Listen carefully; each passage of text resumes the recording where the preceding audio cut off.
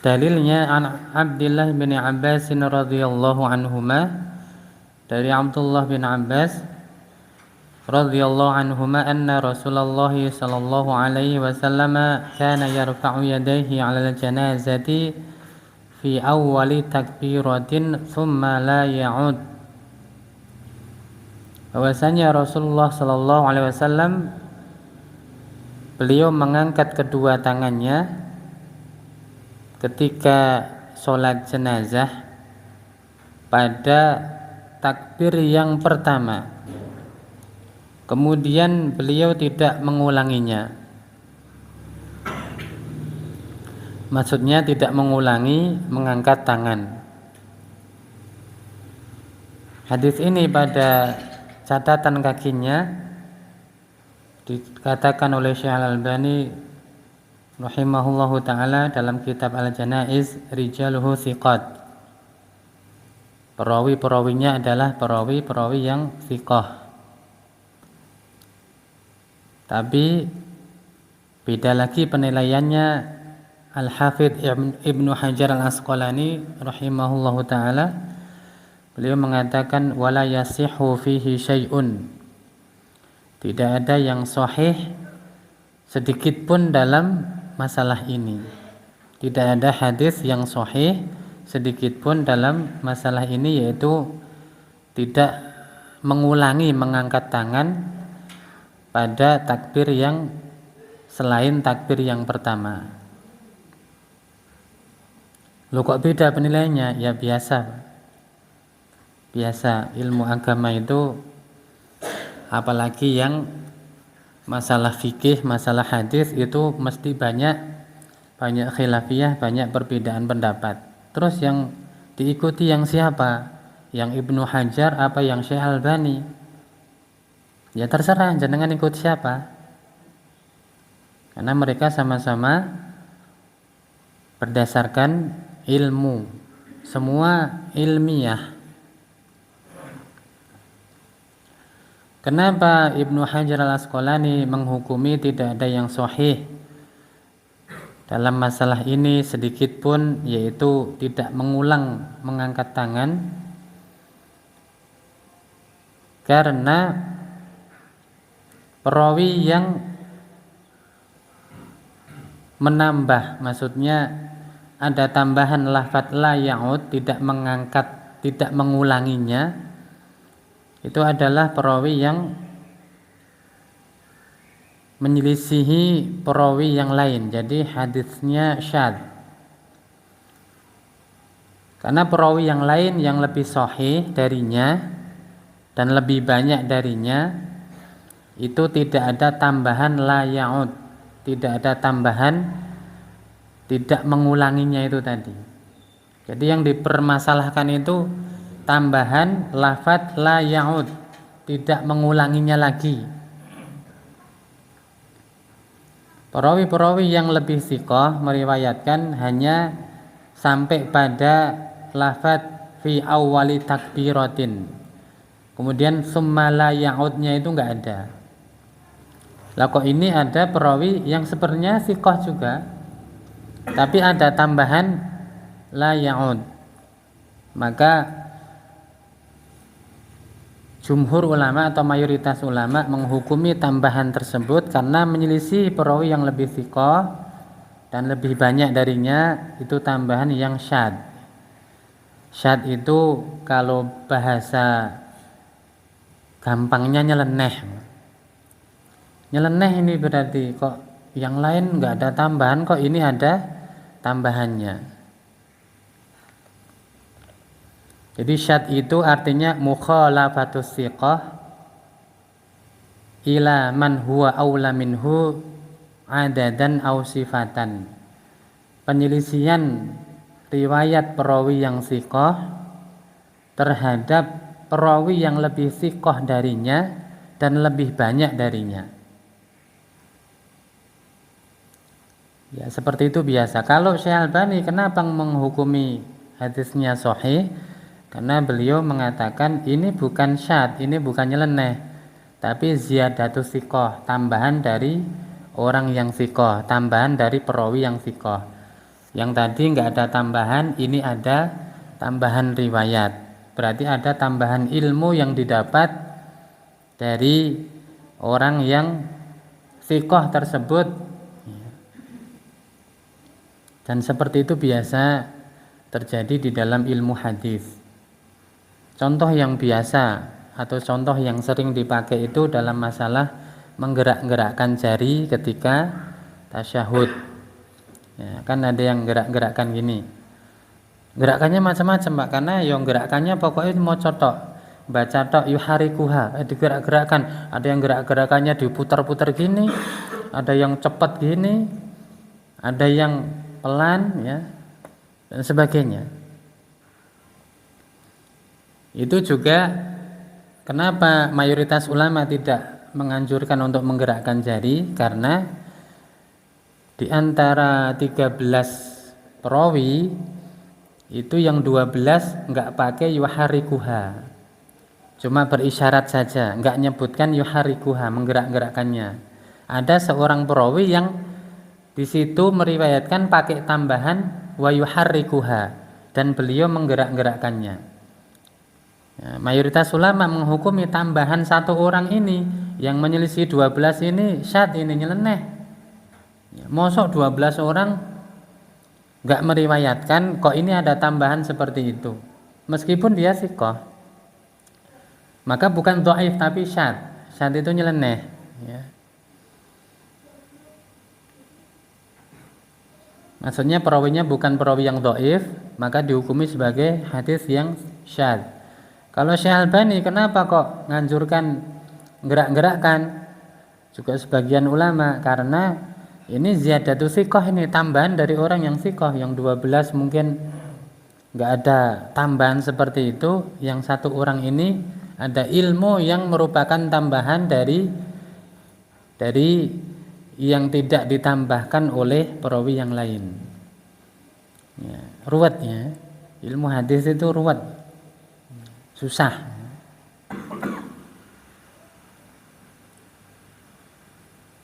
Padahal kalau Syekh Albani sendiri ditanya gimana caranya menggerakkan jari, gerakannya sedikit, Pak, biar enggak ada mukhalafah, enggak ada penyelisihan.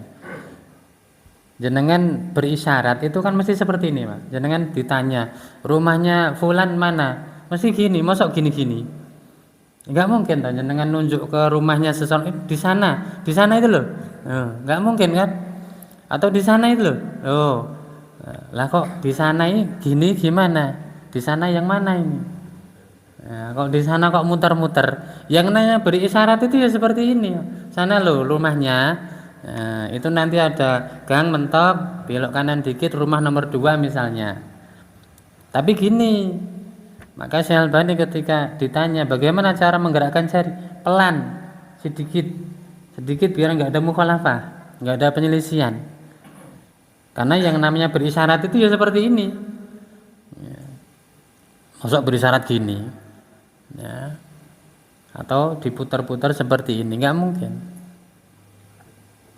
Ya biasa, kadang cuma baca hadis, enggak baca syarahnya, atau enggak mengetahui penjelasan para ulama tentang hadis tersebut.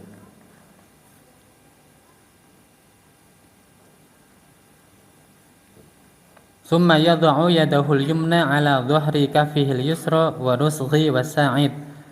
Summa yashuddu bainahuma ala sadrihi. Kemudian meletakkan tangannya yang kanan di atas, ya, di atas kaf itu sini, ya, boleh seperti ini, atau rusghi boleh pada ini apa namanya, pergelangan, atau pada ini namanya apa ini, lengan, ya, lengan. Summa yashuddu bainahuma ala sadrihi. Kemudian menyedekapkannya pada dadanya.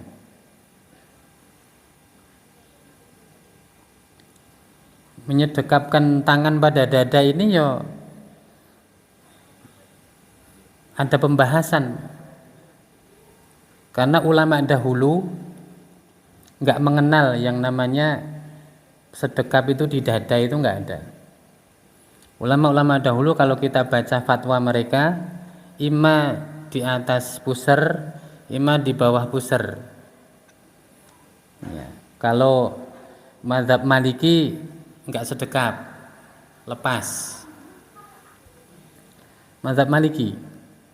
Kalau mazhab Hanafi dan Hambali di bawah pusar. Sedekap itu di bawah pusar. Kalau mazhab Syafi'i di atas pusar, di bawah dada.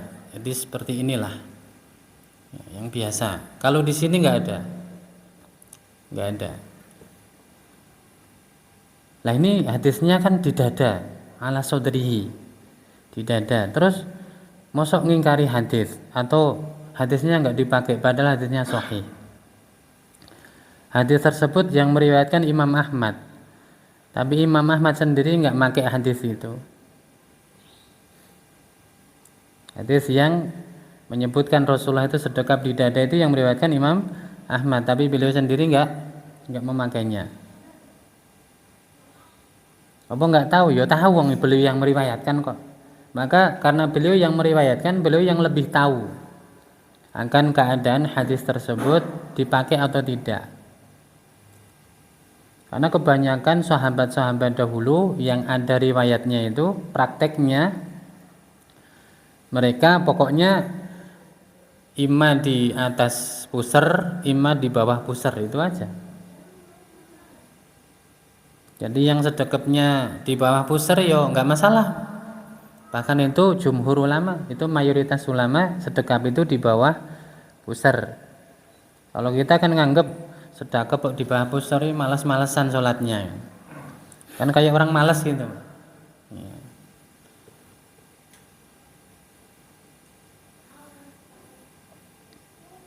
Tapi ya ada satu perkataan yang bagus oleh Syekh Al-Mubarakfuri pada kitab Tuhfatul Ahwadhi, bahwa beliau mengatakan itu hanya masalah afdholiyah.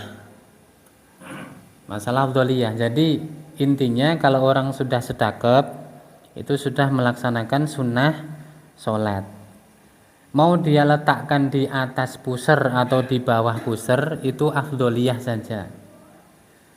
Maksudnya sebagian ulama mengatakan afdolnya di atas pusar. Kebanyakan ulama mengatakan afdolnya di bawah pusar, gitu aja masalah afdoliyah. Jadi nggak masalah lah intinya.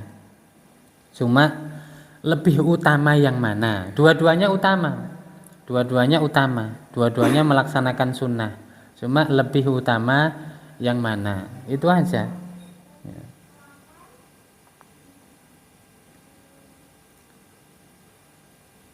An Sahli bin Sa'adin, dari Sahal bin Sa'ad, qala kana an-nasu yu'maruna ay yadha'a ar-rajulu yadal yumna ala dhira'ihi al-yusra fi sholati.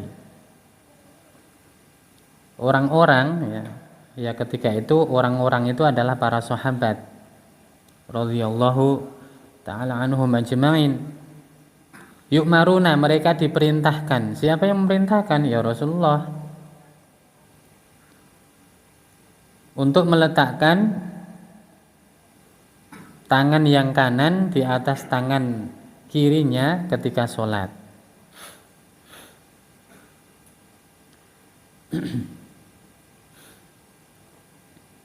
Jadi dipakai dalil umum, yaitu ketika sholat berarti sholat jenazah juga masuk padanya.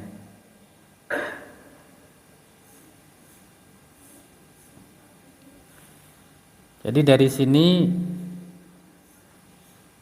bahwasanya mengangkat tangan pada seluruh takbir-takbir sholat jenazah itu yang disepakati adalah pada awalnya saja. Kalau takbir yang kedua, yang ketiga, yang keempat itu adalah masalah khilafiyah, masalah yang diperselisihkan. Sebagian ulama mengatakan mamnu, itu enggak boleh. Maksudnya tidak dianjurkan untuk ngangkat tangan pada takbir 2, 3, dan 4.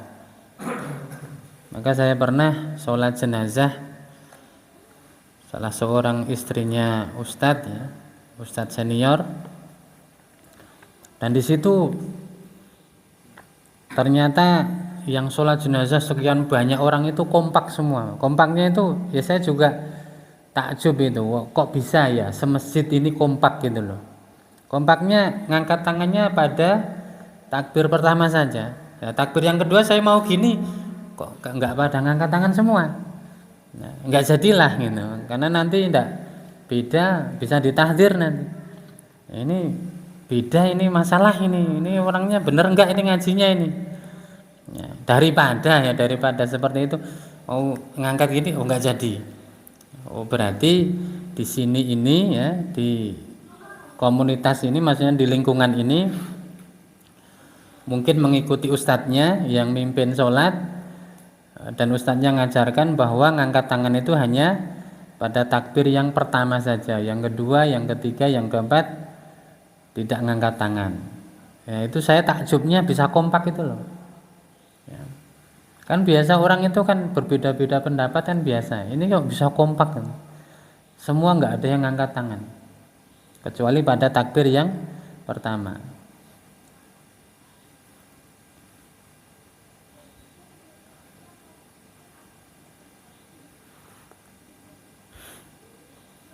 Kalau yang tidak mengangkat tangan pada takbir yang kedua, yang ketiga, yang keempat itu adalah pendapatnya Hanafiyah fi dhahiri riwayati, pada yang dhahir riwayat dari beliau. Wa bihi qala Malik, dan juga pendapatnya Imam Malik bin Anas. Wa huwa rajih fi madhhabihim, dan pengikut atau ulama-ulama Malikiyah menguatkan yang itu ya, maksudnya yang tidak mengangkat. Wa Tsauri wa Syaukani wa Ibnu Hazm wal Albani, juga Imam Sufyan Ats-Tsauri, Imam Asy-Syaukani, Imam Ibnu Hazm, dan juga Syekh Al-Albani dari kalangan mutaakhirin rahimahumullahu taala.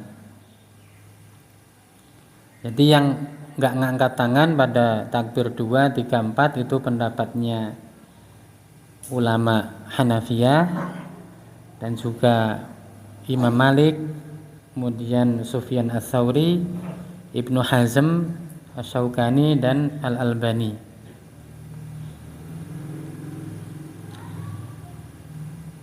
Ulama yang lain yang menganjurkan pada seluruh takbir tersebut ngangkat tangan.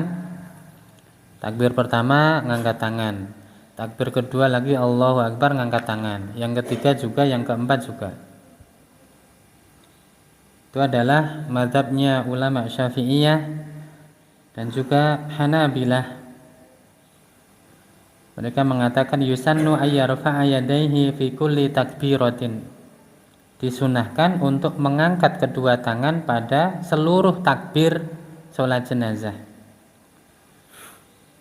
Wakhtara Ibnul Munzir, dan ini pendapat yang dipilih oleh Al-Imam Ibnul Munzir. Wa hakahu an Ibni Umar wa Umar bin Abdul Aziz ya, wa Atha wa Salim bin Abdullah wa Qais bin Abi Hazim wa Zuhri wal Auza'i wa Ishaq. Dan dari ulama muasirin ada Syekh Ibnu Baz dan Syekh Ibnu Utsaimin. Ini pendapat sebagian sahabat yaitu Ibnu Umar dan tabi'in yaitu Umar bin Abdul Aziz, Atha bin Abi Rabah, Salim bin Abdullah, Qais bin Abi Hazim, Az-Zuhri, Al-Auza'i, Ishaq, dan yang lainnya.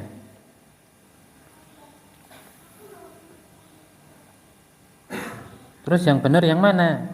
Ya silahkan, mau ngangkat ya silahkan, mau enggak ya enggak apa-apa. Yang jelas yang disepakati itu pada takbir yang pertama, yang kedua, yang ketiga, yang keempat, ya silahkan. Mau mengikuti yang ngangkat tangan ya enggak masalah, mau mengikuti yang tidak juga enggak masalah.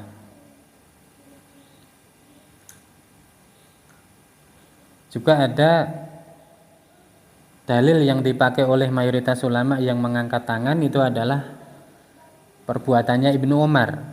Bahwasanya Ibnu Umar ketika mensolatkan jenazah, beliau mengangkat tangannya pada seluruh takbir. Takbir pertama, kedua, ketiga, keempat, beliau seluruhnya mengangkat kedua tangannya.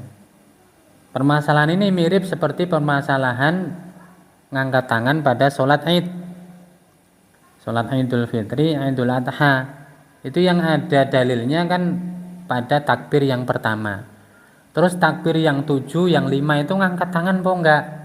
Itu mirip permasalahannya pada masalah ini. Maka juga diperselisihkan. Ada yang enggak, jadi cuma Allahu Akbar tapi tetap sedekap. Allahu Akbar, Allahu Akbar, tapi enggak ngangkat tangan. Kalau mayoritas ulama mengangkat tangan karena ada perbuatan dari Ibnu Umar. Nah, terus ulama beda kesimpulan menyikapi perbuatannya Ibnu Umar. Mayoritas ulama mengatakan perbuatan Ibnu Umar itu enggak mungkin dari ijtihadnya sendiri. Pasti itu hasil dari apa yang dia lihat dari perbuatannya Rasulullah. Kalau yang enggak mengatakan itu bisa jadi dari ijtihadnya Ibnu Umar sendiri. Ya, karena biasa sahabat itu berijtihad. Dan boleh itu berijtihad boleh. Bahkan di zaman Rasulullah hidup pun boleh berijtihad. Boleh. Ya. Sebelum datang keterangan dari Rasulullah, para sahabat berijtihad. Yang seperti itu sering terjadi. Bukankah pernah saya ceritakan tentang pesan Rasulullah ketika para sahabat dikirim ke Bani Quraidah, ya, Rasulullah mengatakan la yusalliyana ahadukum illa fi Bani Quraidah, jangan sampai salah seorang dari kalian sholat asar kecuali sampai di Bani Quraidah. Ternyata di tengah jalan ya, para sahabat berijtihad sendiri-sendiri. Ada yang pakai dalilnya zahir dari perkataannya Rasulullah, ada yang mentakwil. Mentakwil itu Rasulullah itu ingin kita cepat. Ya, ternyata kita nggak bisa sampai sana di waktu asar, maka kita sholat asar di tengah jalan. Ya. Dan banyak contoh-contoh seperti itu yang Rasulullah belum memberi fatwa, tapi sahabat ini sudah berijtihad. Kalau ijtihadnya benar, Rasulullah menyetujuinya. Kalau ijtihadnya salah, Rasulullah akan menegur atau mengkoreksi. Contoh ketika ada seorang sahabat yang terluka, kepalanya terluka. Kemudian ketika tidur di malam hari, mimpinya mimpi basah, nggak mimpi kering, Pak. Mimpinya mimpi basah. Nah, ini gimana ini? Ya, kepalanya sakit, ya, nggak boleh, atau nanti kalau kena air ini akan berbahaya. Tapi qadarullah mimpi basah yang mewajibkan dia untuk mandi. Tanya kepada para sahabat, semuanya mengatakan kamu harus mandi, nggak ada keringanan. Akhirnya mandi. Setelah mandi meninggal, Pak. Meninggal. Rasulullah marah. Qatalahumullah. Rasulullah mengatakan mereka telah membunuhnya, mudah-mudahan Allah membunuh mereka. Itu ancaman, Pak. Manusia itu enggak usah dibunuh. Maksudnya enggak usah didoakan Allah membunuh mereka, pasti juga akan mati. Maka itu ancaman, maksudnya menunjukkan kemarahannya Rasulullah.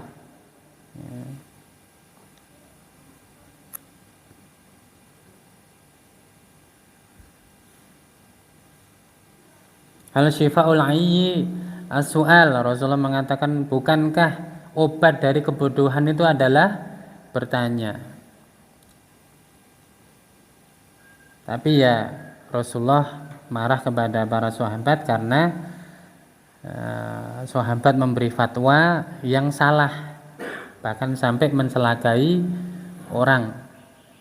Tapi Rasulullah juga memberi uzur kepada mereka, karena di masa itu enggak seperti sekarang. Sekarang tanya enak, tinggal WA atau video call, enak kan, telepon. Kalau dulu mau tanya gimana, ini waktu sholatnya sudah datang, apa yang harus dia lakukan? Akhirnya para sahabat berijtihad, dan ternyata ijtihadnya salah, maka dikoreksi oleh Rasulullah. Ada juga sahabat yang berijtihad ketika i'tidal setelah membaca Rabbana lakal hamdu, ditambah sama sahabat tersebut hamdan katsiran thayyiban mubarakan fih. Itu belum sama sekali diajarkan Rasulullah tambahan tersebut. Maka Rasulullah dengar. Setelah sholat Rasulullah bertanya, siapa yang mengucapkan tadi? Laqad ra'aitu salasuna malakan. Aku telah melihat 30 malaikat berebut untuk mencatat kalimat tersebut. Saking bagusnya kalimat yang diucapkan. Lah ijtihadnya sahabat ini disetujui oleh Rasulullah.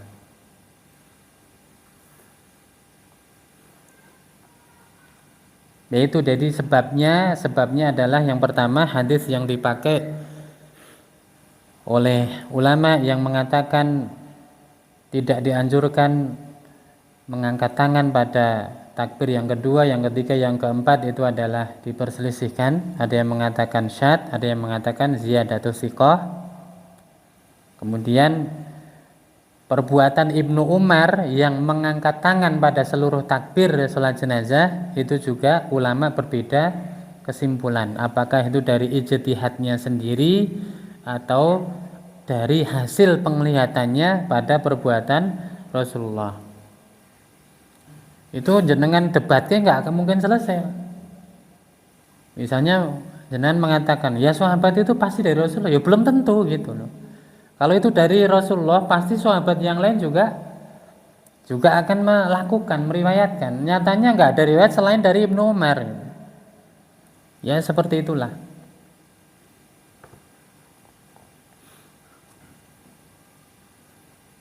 Dan itu juga mirip permasalahan kunut subuh. Mirip juga. Ada sahabat yang mengatakan, ya bunayya innaha muhdats. Wahai anakku, ketika ditanya ya, Abu Malik Al-Asy'ari mengatakan kunut subuh itu bagaimana? Wahai anakku, itu adalah muhdats. Muhdats itu sebagian ulama atau ustadz mengartikan itu bid'ah, gitu kan? Sebenarnya muhdats itu maknanya banyak, bisa sesuatu yang baru yang belum pernah saya ketahui dan sebagainya. Terus ulama yang menganjurkan kunut subuh terus-menerus, bagaimana menyikapi perkataannya Abu Malik Al-Asy'ari tadi? Ya, mereka mengatakan perkataan satu orang sahabat nggak bisa dijadikan sebagai hujah. Satu orang, karena yang mengatakan satu orang saja. Kecuali kalau yang mengatakan beberapa orang. Yang kedua, perkataan tersebut menyelisihi hadisnya Anas bin Malik. Karena Rasulullah yaqnutu fil fajri hatta faraqad dunya. Rasulullah itu biasa kunut subuh sampai meninggal dunia. Ini juga diperselisihkan hadisnya. Ada yang mensahihkan, ada yang mendhaifkan. Ya seperti itu ya, biasa. Santai, Pak, santai.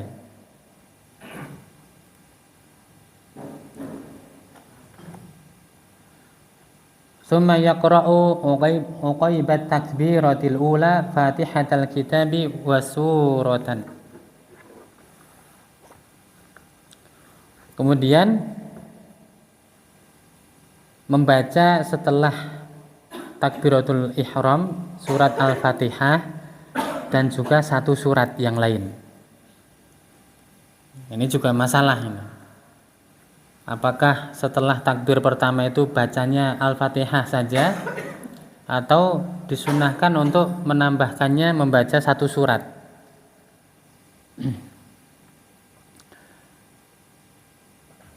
Dalam kitab ini mengikuti pendapat yang dianjurkan membaca satu surat.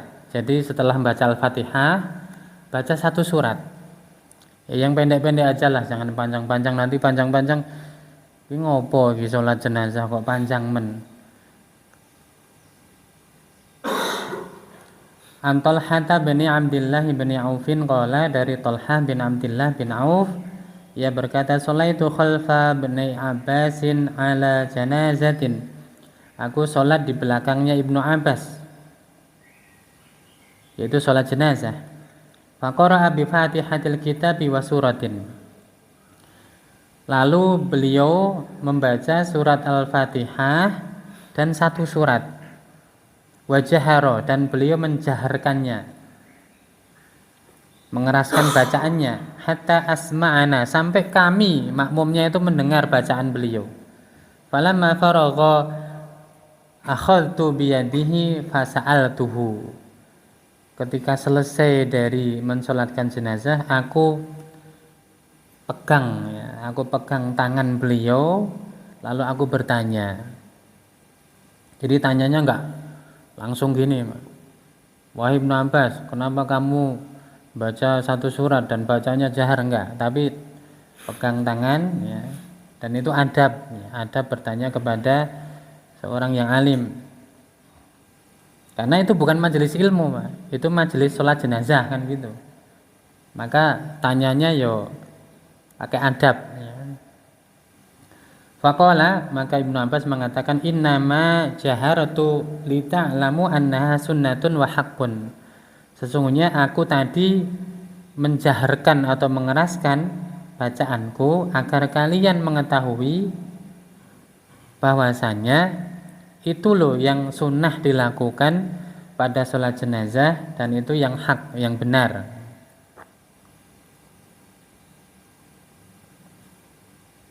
Dan ini pendapat sebagian kecil ulama. Kalau panjenengan baca dari ulama 4 madhab, itu enggak ada yang mensunahkan membaca surat setelah baca Al-Fatihah.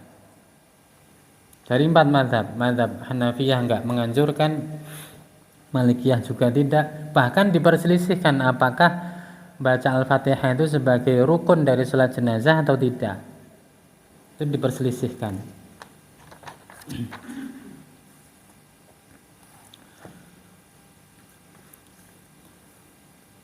Faqad dhahaba ba'dul ulama ila anna qira'atal Fatihati la tushra'u fi sholatil janazati. Minhum Abu Hanifah wa Malik wa Thawri wal Auza'i wa ruya hadza 'an Ibnu Umar wa Abi Hurairah. Sebagian ulama berpendapat membaca Al-Fatihah itu tidak dianjurkan pada sholat jenazah, bahkan nggak dianjurkan loh. Di antaranya adalah Abu Hanifah, Malik, Sufyan ats-Tsauri, Al-Auza'i, dan diriwayatkan pendapat ini dari Ibnu Umar dan juga Abu Hurairah. Dalilnya kuat, dalilnya kuat karena maksudnya kuat itu dari sisi sanad. Ini silsilatul dzahab yang meriwayatkan. Silsilatul dzahab itu rantai emas, ya. Rantai emas mahal, bukan rantai emas periwayatan hadis. Menurut Imam Al-Bukhari, Malik an-Nafi' an Ibni Umar an Rasulillah.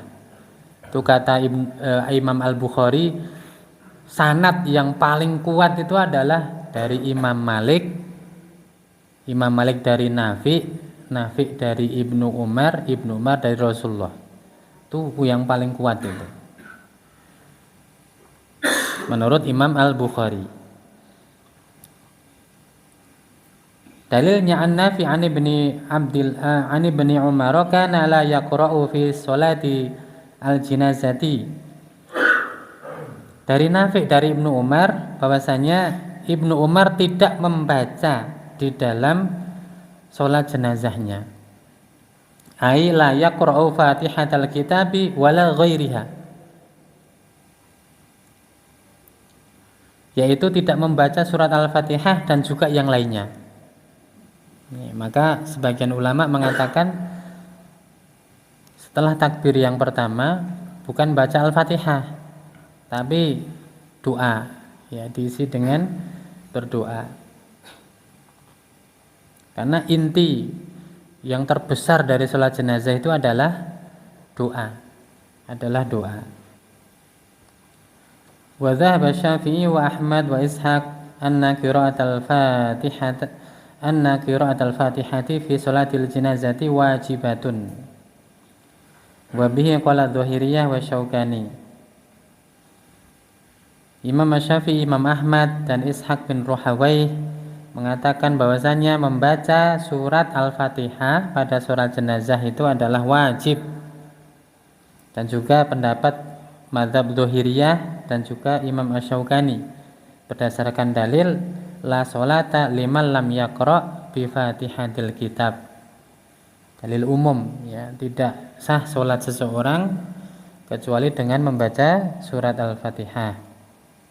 Dan juga berdasarkan perbuatannya Ibnu Abbas tadi, yang beliau menjaharkan bacaannya agar orang-orang mengetahui bahwasanya itu loh bacaan yang disunahkan dan yang hak.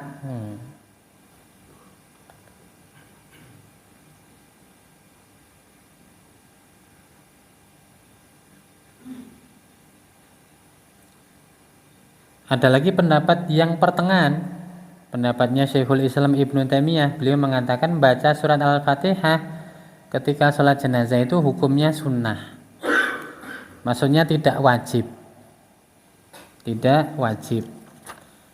Jadi enggak baca sama sekali Fatihahnya, juga enggak mewajibkan, tapi beliau mengatakan sunnah.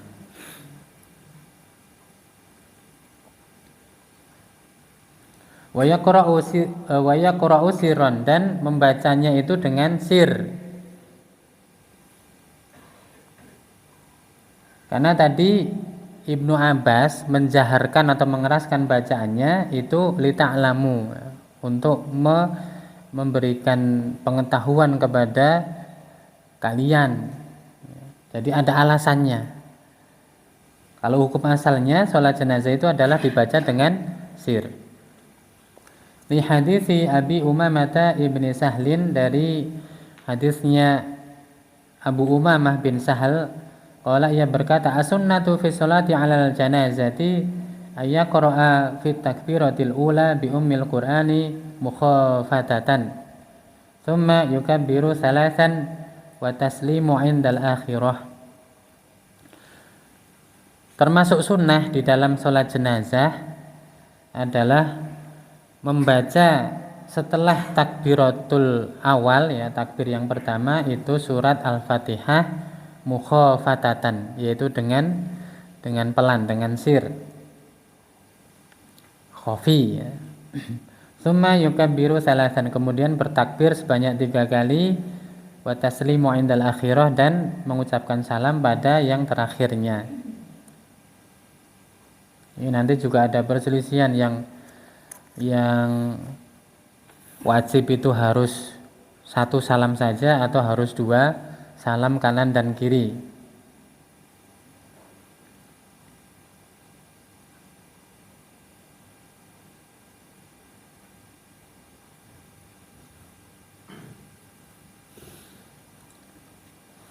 Summa yukabbiru takbirata tsaniyata, kemudian bertakbir, yaitu takbir yang kedua. Wa yusalli 'alan nabi sallallahu alaihi wasallam, dan bersolawat atas Nabi sallallahu alaihi wasallam. Li hadits Abi Umamah al-madhkur annahu akhbarahu rajulun min ashabin nabi sallallahu alaihi wasallam anna sunnata fi sholati 'ala janazati ayyukabbirul imam thumma yaqra'u bi fatihatil kitab ba'da takbiratil ula sirran fi nafsihi thumma yusalli 'alan nabi sallallahu alaihi wasallam wa yukhlisu du'a lil janazati fi takbiratis salas la yaqra'u fi syai'in minhunna thumma yusallimu sirran fi nafsihi. Sebagaimana yang dikabarkan oleh salah seorang dari sahabat Nabi, Ya, sahabat Nabi beda dengan yang lain. Kalau cuma disebutkan dari salah seorang sahabat Nabi, hadisnya enggak pengaruh itu. Maksudnya enggak mempengaruhi atau enggak menurunkan derajat kesohihannya. Meskipun enggak disebut sahabat siapa, karena kulluhum udul, semua sahabat itu adalah adil. Lah kalau yang lain beda lagi. Yang tidak disebutkan itu tabi'in atau tabi'un tabi'in, ya beda lagi. Kalau sahabat enggak sebutkan namanya, hadisnya enggak ada pengaruh.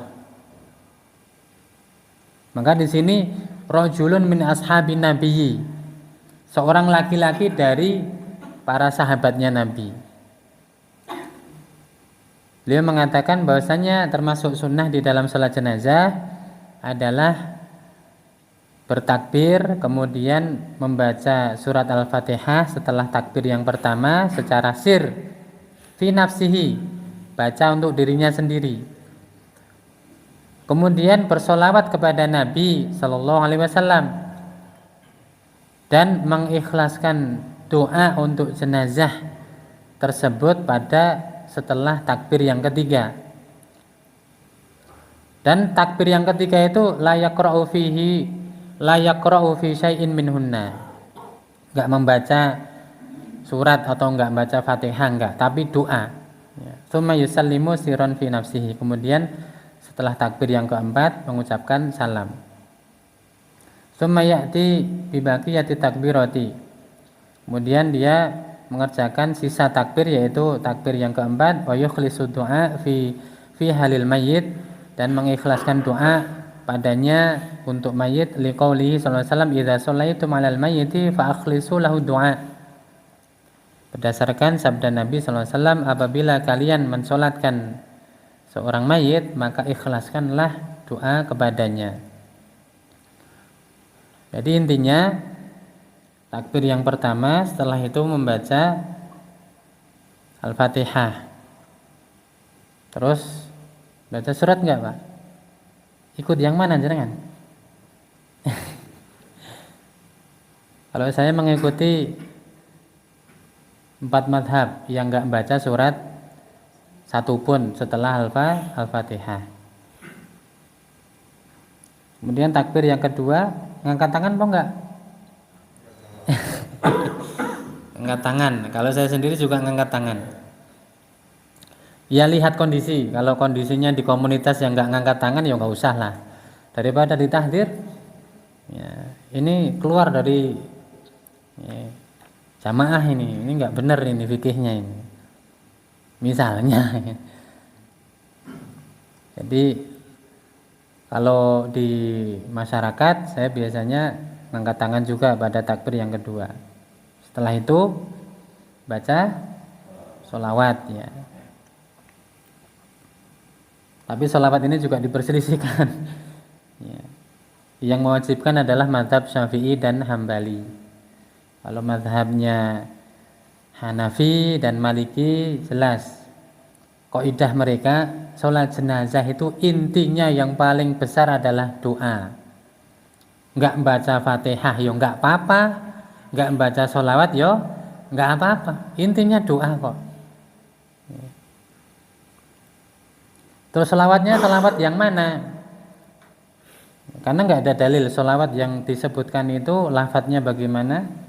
Maka Syekh Albani mengatakan wa amma sighatu sholati 'alan nabi sallallahu alaihi wasallam fil jinazati falam aqif 'alaiha fi syai'in minal ahadits shahihah fa dhahiru annal jinazata laisa laha sighatun khassah bal yu'ta fiha bi sighatin minas siyaghi tsabitati fit tasyahhudi fil maktubah.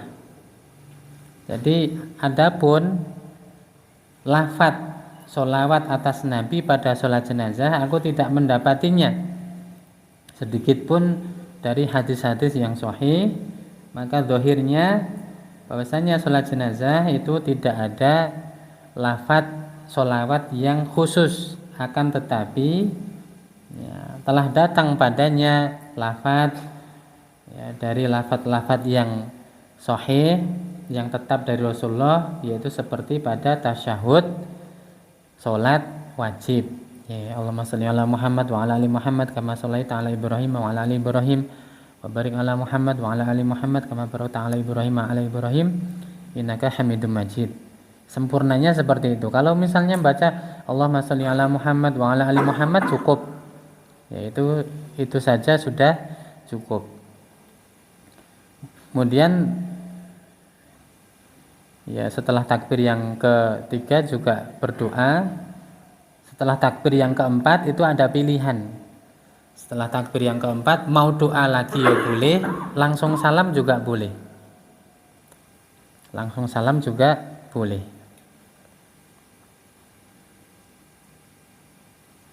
Ya mungkin itu baru sampai pada belum selesai ya, nanti ada lafadz-lafadznya doa ketika sholat jenazah dan yang lainnya, termasuk juga masalah salam.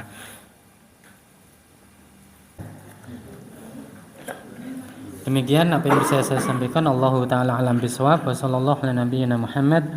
Wa akhiru da'wana alhamdulillahi rabbil alamin. Subhanakallahumma wa bihamdika asyhadu an la ilaha illa anta astaghfiruka wa atubu ilaik. Wassalamualaikum warahmatullahi wabarakatuh.